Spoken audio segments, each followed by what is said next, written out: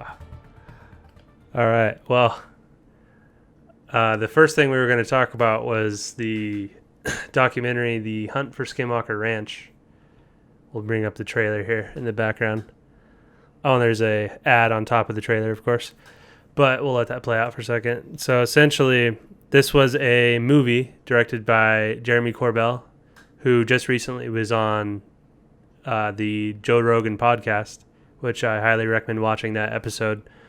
He was on there with first Bob Lazar, and then the second time he had George Knapp and Jeremy Corbell. Both interesting podcasts, to say the least. I think the Skinwalker Ranch topic is kind of a bit on the stranger side as far as like the topic. It's not just UFOs, you know, it's everything encompassing paranormal. Like, it's just super strange. But the ranch itself, it's located in Utah, and there is all kinds of weird things that have happened on this farm. Essentially, the owners have explained all these different activities, and there's been multiple owners now. Now it's being owned by a guy who will not reveal his identity, which I thought was kind of funny.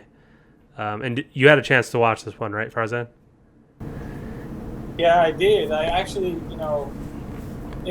like you were saying, it's a 2 hours, a few minutes documentary, and some part of it, was pretty unnerving. Some of the footage that they are showing from those CCTV cameras and stuff like that. Yeah, for sure. Were pretty crazy. I was looking at it, I was like, oh wow, that is pretty crazy. And like some of the stuff that they are talking about, I was like, oh my god, this is right off the a sci-fi movie or something like that. But it happened. It was funny because they're like George Knapp was saying that at the beginning of the documentary they are showing that big box of VHS and like a disk drive, like a floppy disk drives and stuff like that. It was like 40 hours of interviews and stuff like that, and they only showed you 2 hours of it. I mean, it's not like full 2 hours. No. Other stuff too. So I guess they have a lot of the stuff that they didn't show us, or they couldn't, or they're afraid if they show us something's happened to them. I mean, the way they explained it, that's what I got. That was my feeling, that hey, maybe they hesitant to show us because maybe they're afraid of something.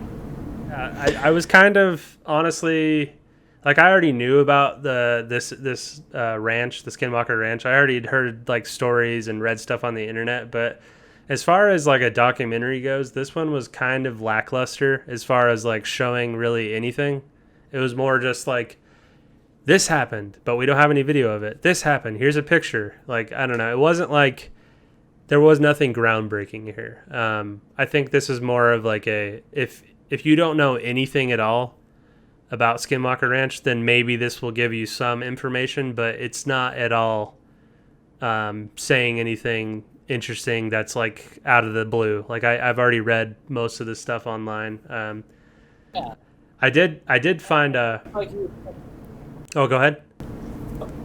I guess, like you said, it didn't add any substantial information or video or footage or nothing. I mean, they had like 40 hours videos, but they showed us maybe like 30 minutes of what they have. I mean, very limited. I mean, yeah. It didn't add anything.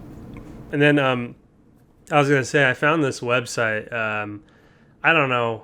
I don't even remember where I found it. I think it might have been listed on the documentary website, but it's called skinwalkerranch.org. And it was actually kind of cool because on the website here, let me just bring it up really quick. I'll bring up my screen here. Bring this down. So maybe I can zoom this in here. So this website, it looks really bad. Like they made it back when AOL was still relevant, obviously. Like it's not like super new, but I liked this because they had this thing called the entities here, and these are things that people have supposedly seen on the ranch.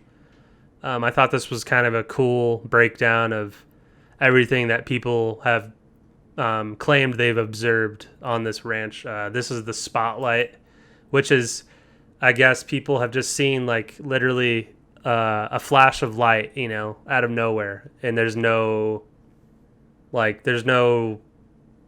beginning of where that came from. It just kind of shows up. It's really random. And then similar, some flashes. So like just like light that's like, you know, showing up out of nowhere again. The invisible chopper. So a lot of people have reported hearing helicopters. And I thought that was kind of interesting. And actually even seeing helicopters, I read that too. People will take pictures of mysterious helicopters that are flying by. But honestly, if I had to pin that one down, I would just say it's just a helicopter. I don't think it's a big deal. But the mini stealth... Oh, go ahead. If you're seeing a helicopter and sounds like a helicopter, it's probably a helicopter. Weird, right? Yeah. This one was kind of funny to me. Mini stealth. People were describing what they saw looked similar to like an American stealth fighter, but they said it was only 8 feet by 6 feet, but it had like the shape like a you know, like a black triangle, I guess. But I've heard of black triangle kind of UFO sightings, but they're never this small. So I thought that was kind of unique. And this story they actually tell in the documentary, if you remember. They go into detail about this. I thought that was kind of weird, but like basically this wolf just shows up and it's aggressive, and they're like, oh, you know, it's like we gotta either do something about it or get away from this thing. And they actually tried to shoot it supposedly, and it didn't go down, obviously. And they were using a 30-06, which if you know firearms, that's pretty hefty, and it should take down pretty much any wildlife that you shoot at, you know. You know, Devin, on that note, about the wolf, in the documentary, if you remember, they are talking about it, and they see this wolf, which is huge. I mean, the way they described it, it was pretty tall and huge animal. And they saw it, and they were like talking about that. Oh yeah, I mean, he looked very friendly. You know, I mean, if I saw a wolf that big, I would not assume that the wolf is friendly. No. At some point, the guy was explaining that the family actually pet the wolf. Oh yeah, that's right. Yeah, I thought that is crazy. Like, if you see a monster that is not a wolf at that point, it's a monster that big, you start petting it? Like, yeah. I thought that was crazy. So and another thing with that is a lot of this talk of the wolf was kind of just related to just the Native American culture around the area. They were talking about how shamans are saying this wolf is essentially a shapeshifter, which is a fun story, but obviously hard to prove without any real evidence. I mean, it's just another interesting story. I thought that was cool, but you know, just the cultural aspect of it. There's more stuff on here, and they're talking about people showing up that look primitive. I thought that was really interesting. Guys wearing like wolf skin. Like, it just goes on, as you can see here. These are all just things that people claim to have seen. Orange football made me laugh, but basically just, I guess, a UFO or something. Oh, and this one, that's right. This was in the documentary. They were talking about like a portal just opening in the sky. I thought that was really weird because they're describing something similar to what people have. I've actually heard of something like this before. Actually centered around the Chernobyl disaster in the 80s. When Chernobyl, when the reactor had all those issues, you know, and they let out all that radiation, there was actually some people who claimed to have seen things like this, like just like a weird, like the air and everything's displaced, like it almost opens up, like, but it doesn't. It's not like anything really. Obviously, it's just like radiation, but it's like similar to what they're describing, and I thought that was really cool. Oh, it looks like my nephew says hi in the chat. Hi, Jermick. Hello. So something that I noticed. You know, when they are talking about the ranch and the previous owner, which was Robert Bigelow, and he is a, you know, millionaire or billionaire that is, you know, started a lot of science initiatives. Yeah. to study UFOs and stuff like that. So they talk about him, and at the very end of the documentary, like maybe 3 minutes, they show a clip of an interview with him, and he talks a little bit about the ranch. My expectation was I wish we could get more out of him, because the current owner, as you mentioned, he wanted to remain anonymous. Yeah. But Robert Bigelow, he didn't have any issue to be in front of the camera. Everybody knows about him. So why they didn't talk to him more? Like, why he was only like 2 minutes at the end of the documentary? I really wanted to hear from him more. I'm sure he has more stuff to say. So that was my biggest question when the documentary ends. I was like, oh, that was it? 2 minutes with Robert Bigelow? So yeah, I'm a little disappointed on that. Yeah, and the whole mystery behind the new owner, I was just kind of annoyed by that, because I was just like, cool, that's great, but that doesn't tell us anything that could. My problem with this is I always, when I watch this kind of stuff that's trying to tell a story that's supposedly true, when I see that, all I think is they could fabricate that easily, just put a shadow or mask someone's voice. It doesn't matter. Like, it's just, at that point, it's spectacle. It's not fact. So, Exactly. Yeah. Another thing that stood up to me was this, and I quote from the filmmaker. He said, "Mysteries are here to be solved," and I was like, I 100% disagree. Like 100% disagree with that. Yeah.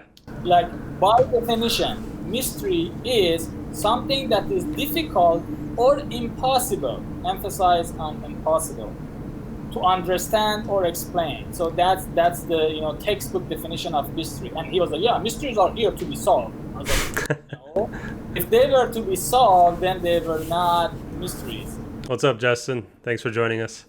I don't know, man. This podcast, honestly, podcast. Yeah, this podcast. No, the documentary was just kind of lackluster. Like I was saying, I wasn't really all that. I don't know. I was just left with like okay, and when will we actually know? That was the end of it. I was like, okay. But that's a good question. I was looking at this website, Statista. I have a picture from this one that we can talk about the UFO sighting. But in this website, they have a really cool, graphs and stuff like that. So they did a survey in 2020, and the question was, to what extent do you believe in the conspiracy theory that the government is hiding aliens in Area 51? So that was the question. So this topic actually came up, during the hunt for the Skinwalker documentary. I mean, some people were saying, oh, it might be government doing some, Oh, right, yeah. Stuff like that. So I thought this is actually relevant to the documentary. So 36% said strongly disbelieve. So 36% responded that they are not believing that the government is hiding aliens in Area 51. Only 9% responded that they are strongly believing it. So Interesting. Yeah. That's a good segue, I think, to go into the next film, which was about Bob Lazar and his involvement with Area 51, or S4, which is supposedly another classified location that does stuff similar to what Area 51 was doing with and this is the trailer playing in the background here. This documentary, I feel, was better. But again, it kind of doesn't deliver in some ways. I think the majority of this documentary is the spectacle that is Bob Lazar. Like, this he's weird and he's smart, but he has a really interesting story, but how much of it is true, we can't really clarify. And that's kind of shown in the documentary is his frustration with having to tell his story over and over, which I understand. Like, if he's actually telling the truth, then that is completely understandable to be frustrated with, constantly being seen as a hoaxer. But I don't know. There's obviously with this kind of topic, when it comes to talking about UFOs, and this guy claims to have worked in a place where where he says they had UFOs, that they captured, like these discs or these craft. I mean, it's like he mentioned that he saw a glimpse of an alien. Oh, right. Well, actually though, in that exact part of the documentary, Jeremy Corbell, who honestly, so he's a really interesting guy himself, the director. He, in that instance, he kind of brings up, these topics before Bob Lazar doesn't bring them up. So he's like, oh, what about that one time you saw an alien? And then Bob Lazar instantly, if you remember, he kind of just goes, oh, well, I don't think it was an alien. Like he instantly was like, nah, I don't know. It might have been a little person. Like he doesn't really like say anything, And it's almost like he's if it's true, maybe he's protecting himself more, but it's also kind of adding to this whole idea, like I was saying, that how much of his story really is true if he keeps backtracking. This is something he clearly told Corbell at some point. And the UFO sightings, I mean, by location, if you look at it, I mean, there are reports from across the world. We have, U.S., Argentina, Australia, China, France, India, Iran.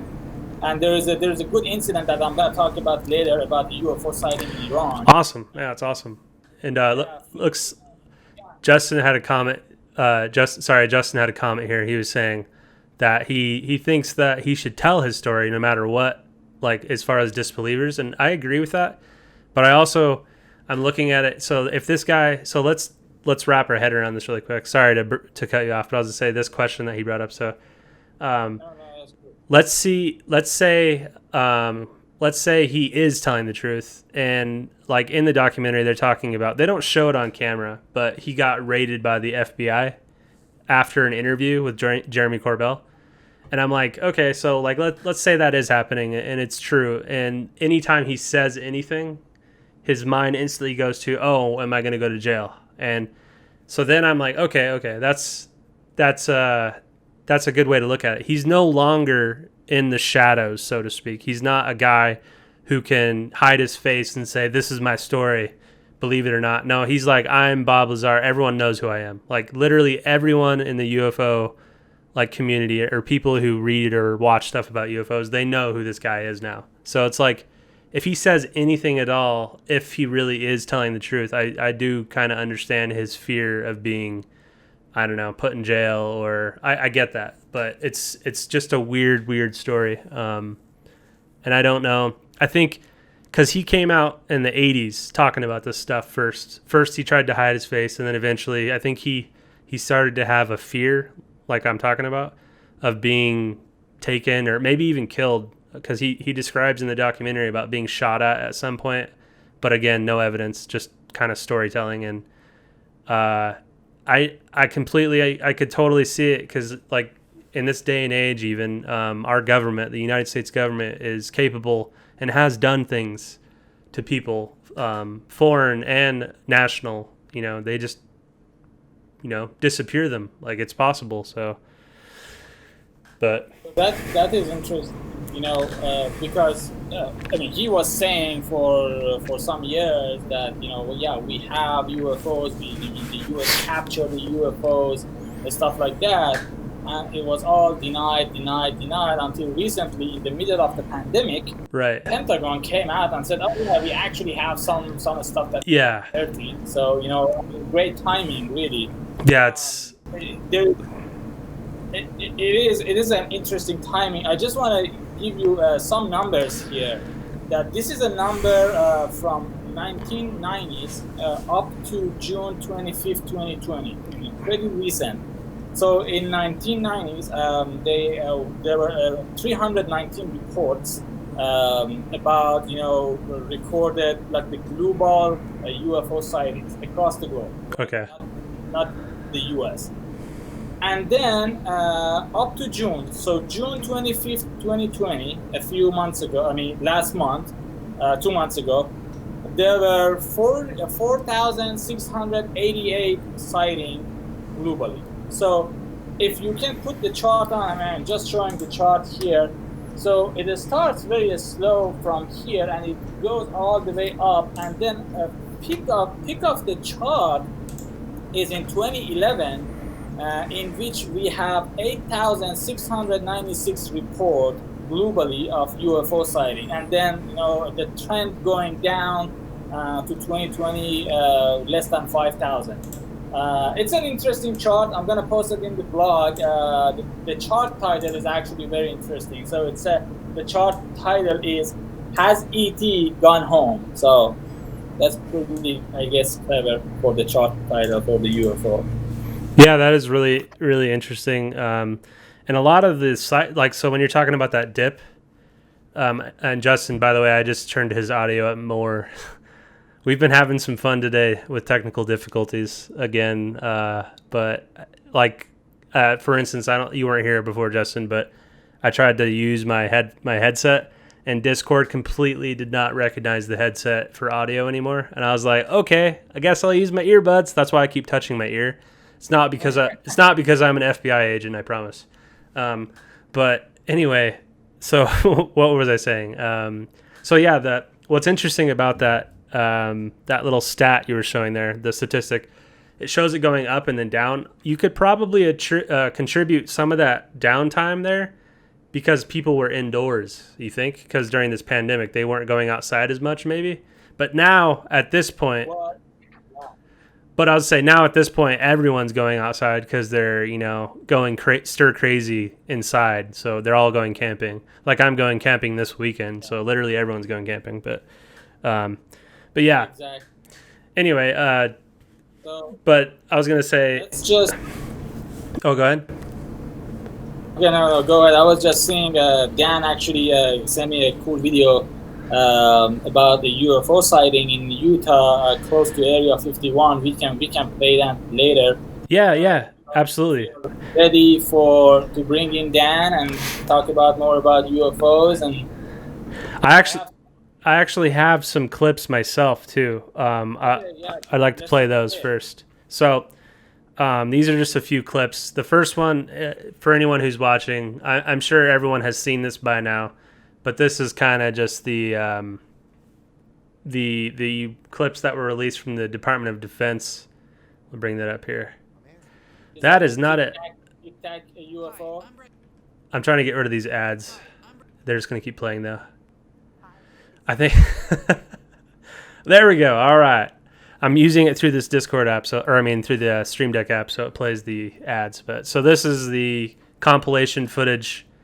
This was uploaded to Fox News, and it looks like there's an ad overlaid, which is hilarious. It says "Make America Great." That's great. Do you see that? Make UFO great again. Yeah. So Justin's asking to talk about how I feel about them suddenly showing all these pictures and videos. And actually, this is interesting, Justin. So this footage they're showing here was from the Nimitz aircraft carrier, which you served on.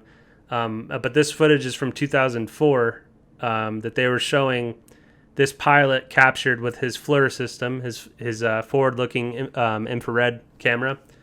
He zooms in and out of this footage here. He's zooming in and out so you can see that he's not manipulating, and he's not doing. He's showing you where the craft is, if it's stationary, its movement, and there's multiple clips here from different pilots. Let me see. I think this one has audio coming up here in a second. Some of these clips that they had did not have audio.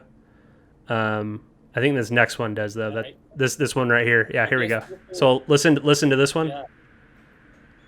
You can hear the pilot's voices on this one. This is really awesome. Not hearing any audio. I'm not sure. There's troubleshooting.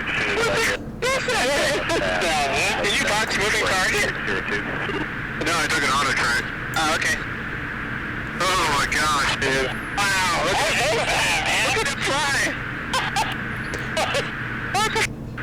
So far as the audio is playing through the stream, though, that's why you're not hearing it. There's a whole fleet of them. Look on the ASA. My gosh. These were going against the wind. The wind's 120 knots from the west. pilots observing this. I think this clip is very famous.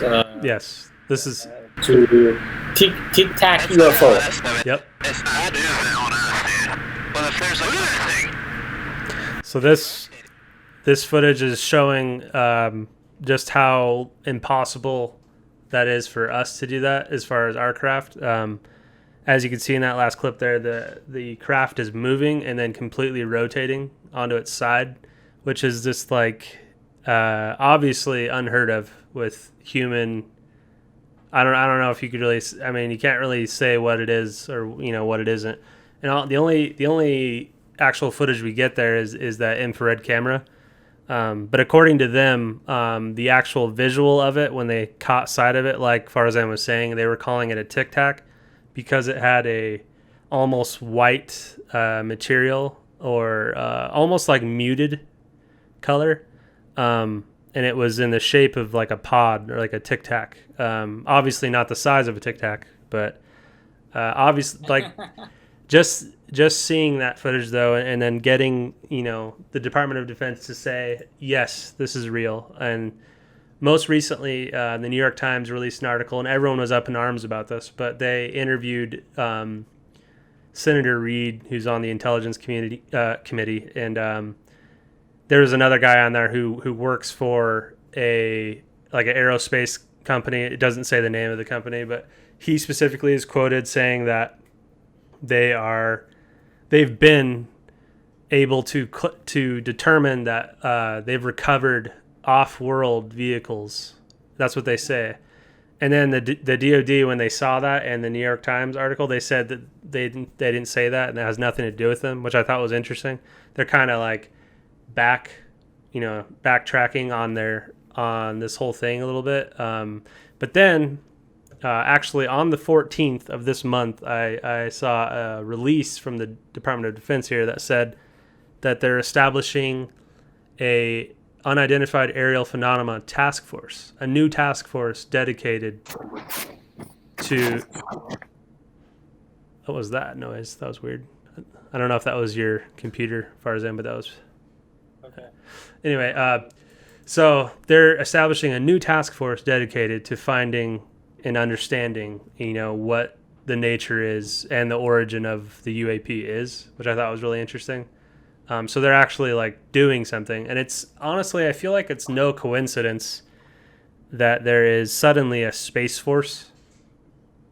Like they just started that out of nowhere. I mean, it was obviously laughed at. For the TV show?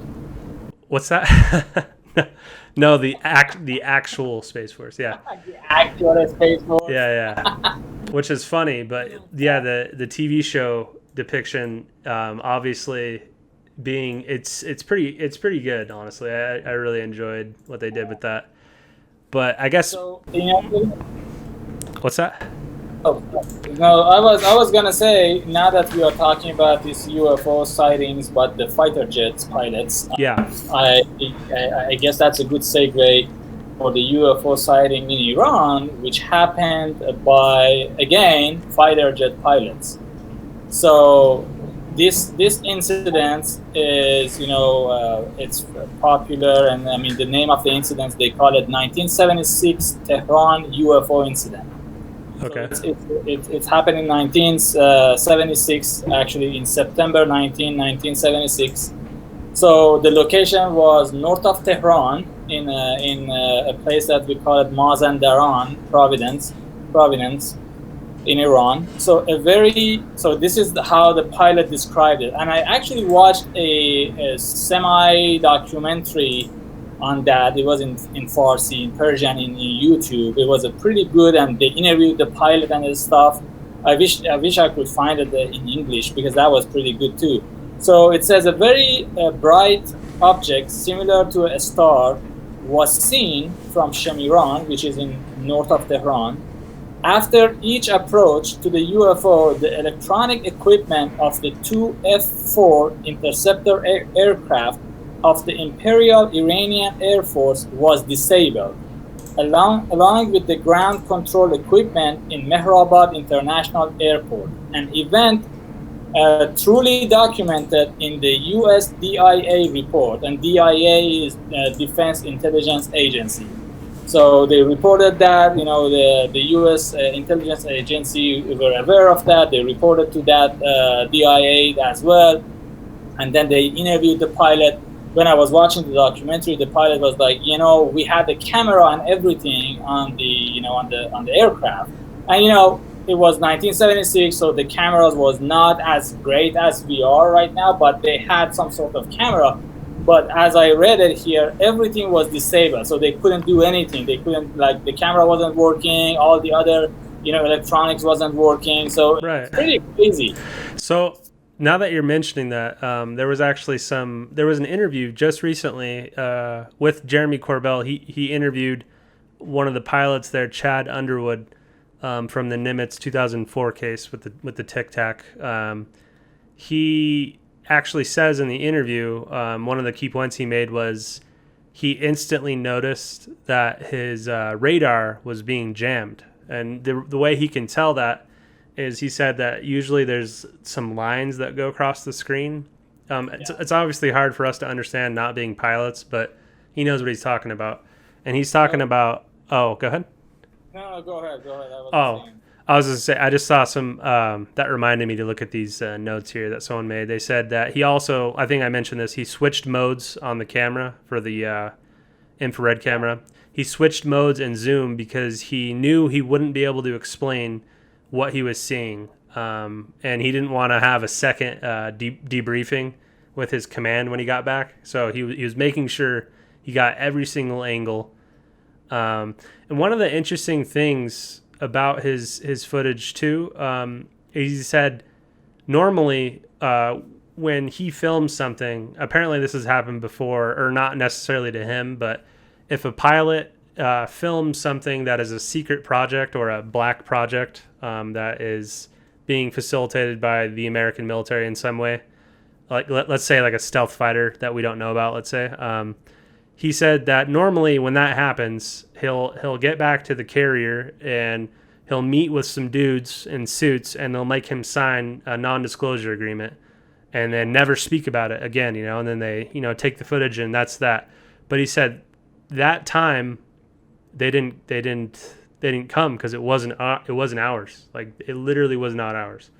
And I laughed at his bottom line that he said in the interview. He said, I don't know what the fuck it was. Like, I thought that was great. He literally was just, because he's just a badass pilot, and he's doing his job.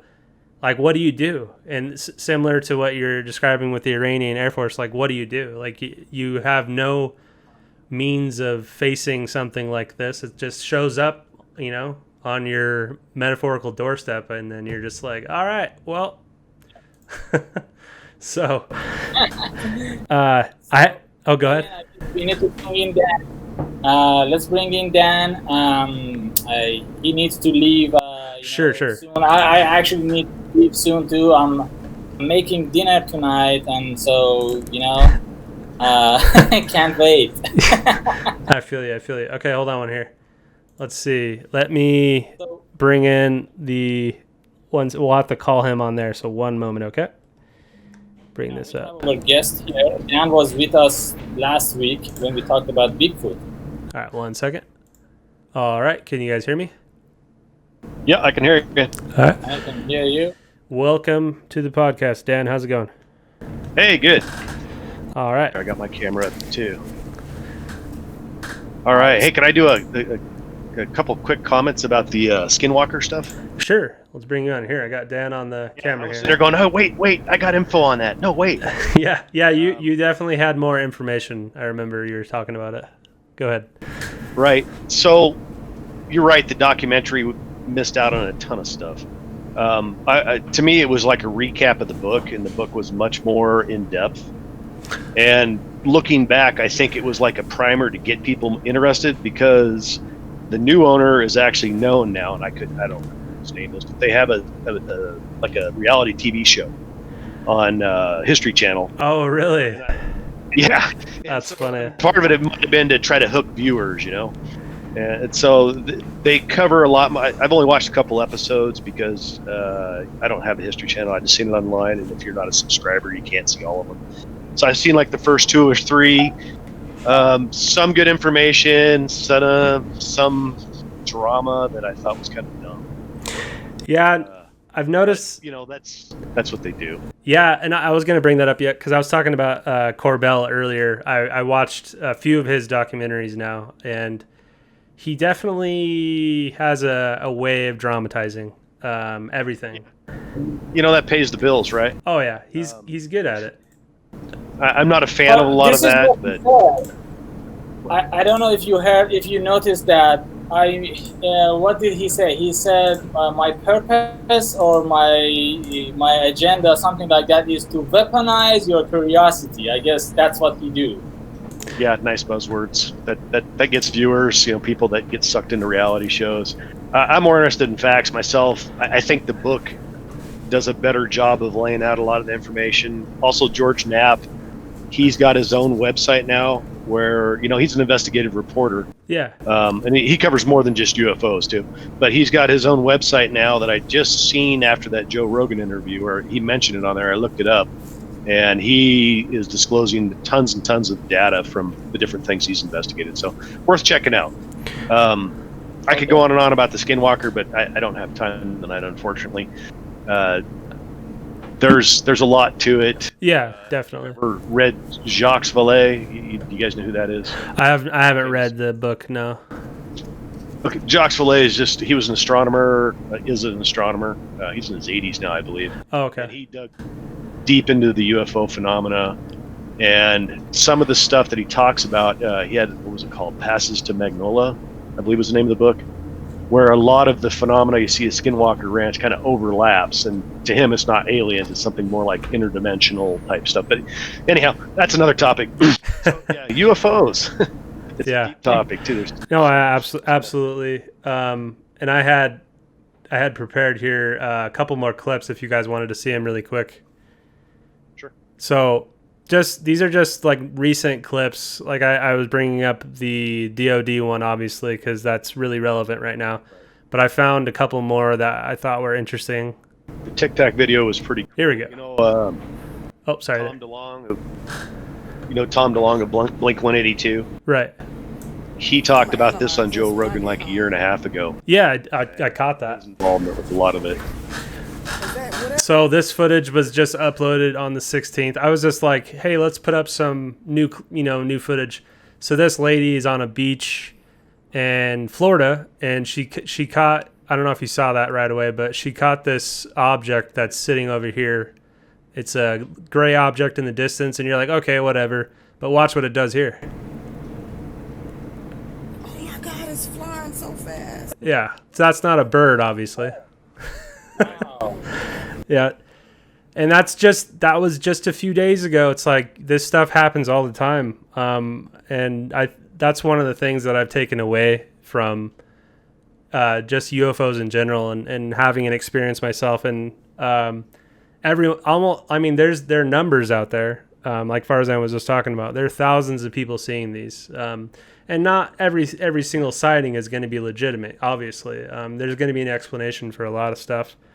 Right. Not identified doesn't mean it's an alien. Right. And that's probably part, like I was telling Farzan, that's part of the reason they've kind of changed the terminology to unidentified aerial phenomena, because they're like, let's get away from this whole, it's an object, it's physical, and it's doing, whatever. Yeah, there's a certain amount of stigma with UFO because of, pop culture. Yes, absolutely. Take me to your leader and all that nonsense. But Yeah. Right. I said that before, but I like the UFO better, yeah. I understand. It's funny because one of the things that I'd seen up backpacking, I was later able to kind of analyze it in my mind and realize what I seen was probably one of the early Iridium satellites. Yeah. Because Totally. they have reflectors on them. If they get at a certain angle, they will reflect sunlight, even though it's pitch black on my side of the world, but they're right on the horizon line where they're still picking up sun. Oh yeah, absolutely. Going across the sky. So in my mind, that one was like, I like to be analytical and, You know, like I said, I'm kind of a natural skeptic, so I just don't see something and go, oh shit, it's aliens. It's just, okay, let's take note of that. Where was it at? And then follow up on it and go, okay, I can in my mind, I'm pretty sure that was probably an Iridium satellite. Yeah, fairly recently, actually, we caught one in the backyard. Because you can tell just by the way, like you were saying, like it flashes. It's very interesting. It's very unique. And I was able to pull up a website. I can't remember the name. Just one of those satellite finder, basically, and it showed the map, and it's like basically like this area of the globe, like a circle. You could see it in this area. So I was like, oh, that must have been it. Really interesting stuff. I have some satellite. I'm a ham radio operator too. So oh, really? Satellite tracking apps. And, with all the new technology, you're able to look at this and go, okay, thinking back, and now that I have this information, I can dissect what happened and go, it was likely this or likely that. Or, yeah, totally. look, meteor showers during this time. There's all kinds of stuff. But there are often those one or two situations you're like, I don't know what it was. Yeah. And Dan, by the way, your camera is you're in the bottom, like the bottom corner. There you go. It's probably because I'm slouching, tired, long day, and No, I'm thinking into my chair. I feel you. Dan, I agree with you. There are some of them that we can identify and say, hey, this was actually this, or this was this. We have, secret, fighter jets programs, going on, and that's not a mystery anymore. But yeah, there are something that we don't really know. I mean, especially this Tic Tac video is amazing. But when I was watching, Bob Lazar and then the Skinwalker, I was thinking about it. I was like, okay, so we have astronauts, right, outside of the Earth in the outer space, and why we never heard of them seeing any UFO, right? Actually, it's funny. Lots of cases of it. Lots of cases. I'll say. So I was getting into that. I was getting into this point. Okay. So there are multiple sightings in the outer space by the astronauts, and there are reports of that. Like, for example, one of them in 2005, during a spacewalk outside of the International Space Station. One of the astronauts, they described he saw something, and later he described as a in-line, almost like an upside-down check mark, and they identified that as a UFO sighting. It turned out that the light was being from fishing boats hundreds of miles below, so that wasn't actually a UFO. I was gonna say I don't know if you can see my screen right now, but this was actually just tweeted yesterday. Funny enough, Russian cosmonaut, he uploaded a time lapse of from the space station, and he was just trying to show how cool it was. And in the video, he couldn't make out what it was. He actually says, maybe meteor satellites. I don't know. What do you guys think? Here's the footage here. I'll just play this right now. So in the background right here, you'll notice, so he's watching the lights here, and then it shows up for just a split second though. I'll pause it if I can. Let's see here. I see it right there in the background. I seen something anyhow. I think those are just the stars. No, I might have to go to the actual tweet. I don't know if this news website's going to get it. It's very, very distinct. You should be able to make it out. Okay, these guys totally screwed it up. Yeah, that's okay. I'll take a look at it later. If you guys send me a link, I'd like to check that out. I'll find it in just a second here, I'm sure. Where is this guy? Oh, here it is. All right, I found his Twitter. I knew that website was going to screw it up. It never fails. So his name's Ivan Wagner. Let's see. I'm going to his tweets, and I'll be able to find it here. Okay, here it is. He says, space guests, or how I filmed the new time lapse, the peak of Aurora Borealis when passing over the Antarctic and Australia's longitude, meaning in between them. However, in this video, you'll see something else, not only the aurora. So here, This is where it happens. They didn't have the full video, of course. So back here, you'll see, let me go back a little bit. See that there, and then right there. There's a string of about 5 lights. I thought that was really interesting. Yeah. And then he also points out, or someone else pointed out, they zoomed in and they're like, well, there's actually lots of stuff going on that you probably didn't even notice. This person put arrows. I thought that was kind of cool. But literally yesterday, this astronaut uploaded it. So it's just kind of funny. It goes to show you that, you know, stuff's happening all the time. But Yeah. the first thought I had, being skeptical of this, was like, oh, maybe it's Elon Musk's satellites. But then there's multiple objects here he's showing.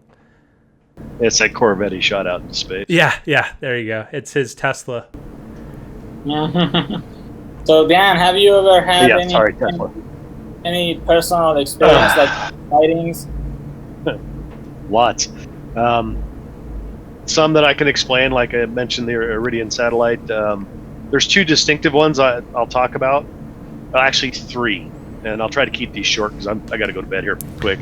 So one of the most unusual ones, 2 unusual ones. They both occurred back in the 2000s. One, I was getting ready to go to work, and this was like 4 o'clock in the morning, in the wintertime, clear sky. It's cold outside, and I went out to start my vehicle, and off in the distance I seen lights coming towards me, and I was thinking, oh, an aircraft, because at the time I lived in Southwest Boise, and we were on a flight path, so I seen a lot of aircraft all the time, you know, approaching, coming from the west, flying to the east to circle around and land in the airport. So I watched it for a minute, and then I'm like, what the hell, that thing is awful low. And it got closer and closer, and you know the black triangle you guys are talking about? Yep. That's literally what it was. It was a triangular shaped craft, all black. I couldn't see it. I could just see lights on 3 or 4 edges that made it into a triangle. And you can always hear the aircraft coming in because you know the way they're running the jet engines to slow their descent and all that. Totally. Absolutely nothing. You could hear absolutely nothing. And it went above my house. Go ahead. Oh no, go ahead. It went above my house. Hard to say how high. You know, I'd say less than 1,000 feet. And as it passed over, I couldn't hear anything. So I ran in the house, yelled at my wife, ran out the back door to see it as it passed over the house, and kept going towards Boise. And then it kind of faded into the lights of the city, and I was like, "What the hell was that?" Yeah. And that was a pretty unusual one. Another one, I was out camping. You guys know where Baumgartner is? South Fork of the Boise River. Okay. It's a campground.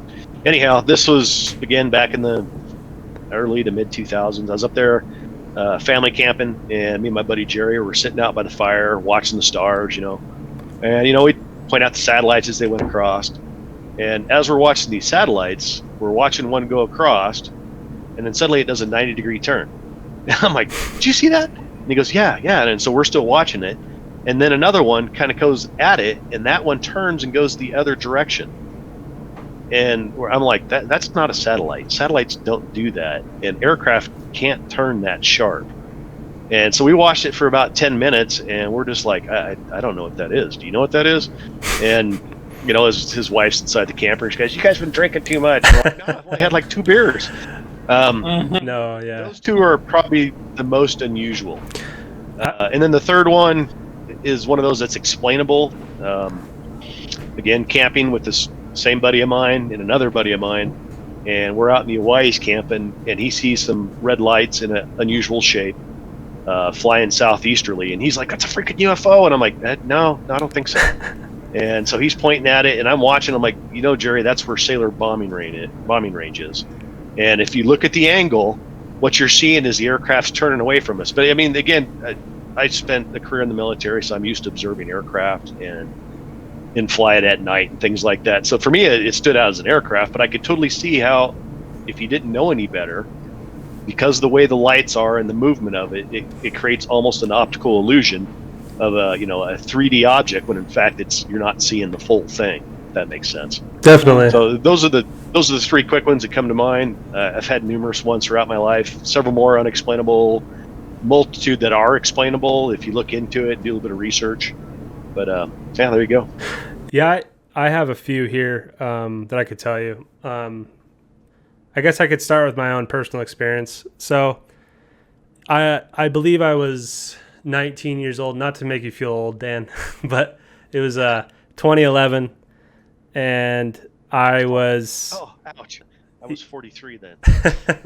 Like I said, yeah, I'm sorry. But That's all right. I was standing outside of an ex-girlfriend's house, of her mom's house, and I was leaving. It was pretty late, probably like 2 or 3 in the morning. I was just trying to get out of there, and she lived by. So going up Vista towards the airport, you take a left, Sunrise Rim right there. It's just like a little tiny little neighborhood there. Back in there. Right there by the... Yeah, I looked. So there's a big freeway wall behind the house, blocking out the highway noise. And I just happened to look over the car, and just over the wall, I could see in the distance a formation of about 6 or 7 lights, like in a V. And I actually I drew a picture here. I'll bring it up on the screen. So this is the house. It's out of order, but you'll see here. So a formation of lights going in one direction this way. And I'm like, did I just see that? I don't know. And, I'm just like, whatever. I'm about to leave. And then suddenly it comes back the other direction. These 5 or 6 lights or so. And I'm just like, I must be hallucinating this or something, right? And again, like you're saying, no sound. There's the original picture here. Just over the top of the house, and I'm seeing these lights, and then once I notice they're coming back the other direction, they start going towards me, like over my head, and that's when the shape starts to change. It's no longer a V, but now it's a circle, like you see in the drawing there, and I'm like, okay, this is freaking weird. And I've always believed in UFOs and stuff like this, and I never experienced it myself, and watching this happen to, like you've probably experienced this yourself, but it's kind of like you don't know how to feel, but right. I'm watching something I can't explain, and my brain is trying to process it, but basically I'm just seeing light, like these lights, and then they're changing a shape, and then it becomes like one shape at the end there, and it starts flying towards, I don't know, in the direction of East Boise or something like that, just off in the distance, and I lose sight of it. And at the time, I thinking back about it, I'm like, oh, I should have gotten my car and chased it, right? But like, I had no thoughts at all. Just watching this object, and it just hightails it the other direction. And I'm just sitting there. I could have I don't know, maybe I could have taken a picture, but it didn't even go into my mind at all. And I regret that, having a cell phone, it changes all of these sightings so much. And I hate to be that guy who's like, oh, I could have taken a picture, but you don't think about it, it just happens. No sound. I'm more apt to carry a camera with me now than I did back then. Oh yeah. Back then there wasn't a lot of digital. Mostly it was 35 millimeter. When I seen this stuff, me and my ex-wife, we chased a UFO across town one night, across Boise, trying to figure out what the hell it was. Like you, I've been in the UFO thing for a long time, probably longer than. Maybe, I ain't gonna say before you were born, but quite a few years back in the early '90s is when I really got interested in it. No, yeah. And it's one of those topics that we should, if you want to just talk UFOs and UFO history, I would love to sit down and talk about that, because I spent 14 years on night shift listening to Art Bell. Oh yeah. And then I got involved in an email mailing list called UFO Updates that was ran by a guy out of Canada. Nice. And on that list was a lot of the major researchers of that time. I don't know, who Stanton Freeman is? Yeah, he's passed away recently. Stanton was on it. Yeah, he just passed away recently. So I exchanged email with those guys, and it was an interesting conversation. It wasn't like a bunch of crazy guys talking conspiracy. These were guys that were seriously interested in the phenomena. A lot of them were highly educated, like Stanton. We talked aircraft quite a bit. I mean, a really fascinating guy. You actually talked to him? Oh, wow. That's awesome. Yeah, him. God, I'm trying to remember who all was on the list. I'll have to pull up some of my old emails that I've saved from my archive. Wow. But he was just on an emailing list. I mean, when I say talked, it was talked through email. Yeah. It's definitely. I need to get off. Yeah, absolutely. Thank you for joining us, though. Thanks so much for coming on again. But we'll have to have you come back on sometime. Still there? I lost you guys. Oh. Can you hear us? I could hear Dan. I guess we lost him. Okay. Well, We disconnected him. Or something happened. yeah, sorry. This topic tends to become long-winded. He had to go. Yeah. He has to work. I think he works pretty early, yeah? Yeah, he does. So But I had to move because my laptop was about to shut off. well, But that's not the problem. I was telling you, Devin, I ordered a backdrop for here because I like to connect my laptop to the charger when we are doing this. yeah. So when I get my backdrop, I'm gonna design this room better so you don't see two doors here. No, I like it. It's like a metaphor, because you have so many, so much mystery.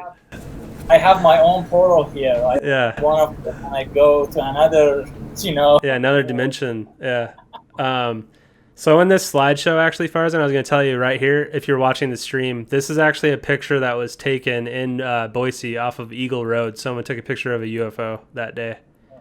That was pretty cool. I saved that. I remember seeing it on, I think it was on Reddit or Twitter or something, but it was actually like a sighting between hundreds of people. Probably they saw the shape of a UFO that was in the shape of like a almost like a old cowbell. You know what I mean? Like that kind of shape. What's interesting about those kind of sightings is when there's many people who can collaborate and say, or corroborate, and they're like, oh yeah, I saw that, and then multiple pictures from different parts of the city. That's when you're like really, talking like for sure. So I also put up some clips in the slideshow of some old news clippings. I think I was telling you that earlier. One of them is from Emmett, Idaho in the 50s. Two teenage boys supposedly took a picture of a craft which had landed, and there's like a something standing next to it, like a pilot, and it's actually in the newspaper clipping, which is really funny. Just crazy, all kinds of stuff going back to the 50s in Idaho. And one of these articles I found just posted in July 2nd was Idaho has the highest per capita UFO sightings in the U.S., which is pretty. Really? Yeah, I was like, what? I didn't know that either. I was like, that's amazing. So Okay. It says that in the past year there have been 164 sightings in Idaho, just Idaho alone. And I guess the highest, it says that the highest number goes to Florida, who had 567 sightings in the last year. And these are just reported sightings. So a lot of sightings go unreported, obviously. Yeah. But I guess if there is something going on, like they mentioned in the Skywalker documentary, if there is something going on, I guess we don't have any control over that. We are not the main players. They are doing their thing, and we are just there, and sometimes we get to see them. I do believe more than often we don't see anything or feel anything, but they are there. So I do believe. I mean, in some sort of living outside of the Earth. I mean, I cannot believe that we are alone in this big, huge universe. And there are numerous sightings, events, incidents that we cannot explain. I guess we humans, we tend to believe we are very advanced in technology and right. stuff like that. But I think we are not. Well, and funny enough, there's on the slideshow just now is a picture of a newspaper clipping from the 40s talking about U.S. Air Force fighters trying to figure out the origin of the Foo Fighter, which you've probably heard the term before, which was basically a fireball that they said was flying adjacent or faster than them in the sky during World War II.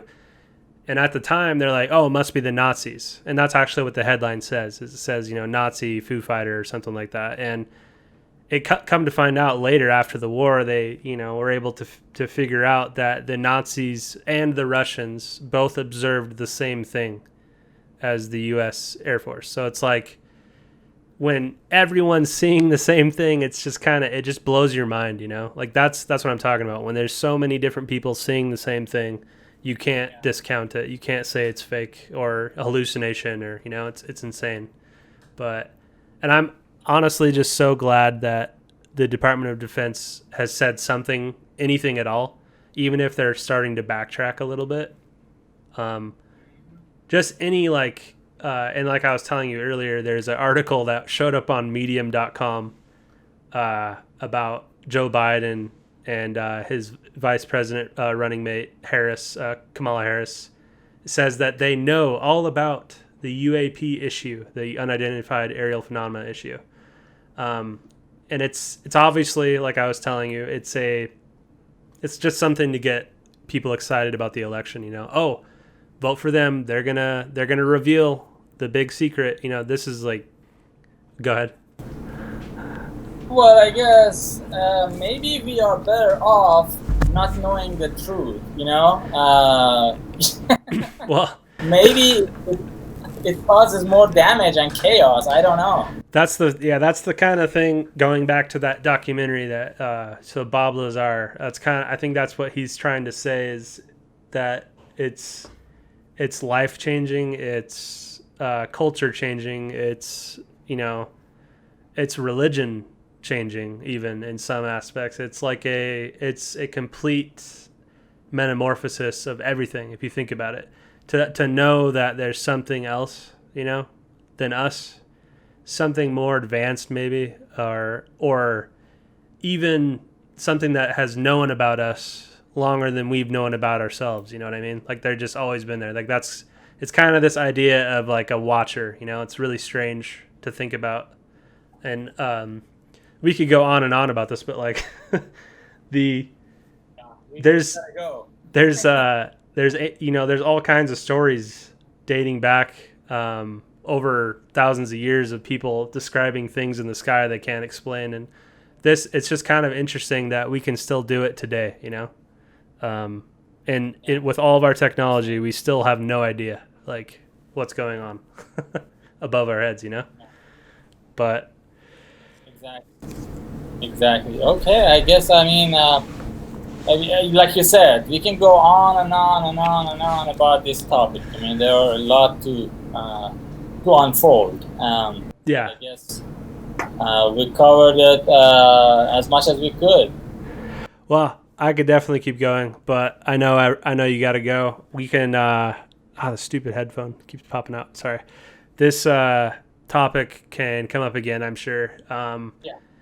And I think it was a pretty good discussion. We'll have to have Dan back on, see if he has any more stuff to talk about. Sounds like he was pretty into it, but it's, just one of those things where we can't sit here for forever. So I get it, but, but let's see here. So make sure to go to the website, Shiraz2Boise.wordpress.com, to watch the archive links of our older shows. This is just one of many. I think we're up to 20, or is it 19? What are we on? I have no idea. I think this is 20. Episode 20. Okay, all right. Episode 20. Well, I'd love to talk about UFOs again, so we'll catch you guys another stream, or another podcast, rather. But yeah, thank you for joining us. Enjoy your dinner, Farzan. Perfect. Thank you. All right. Later. Okay, bye.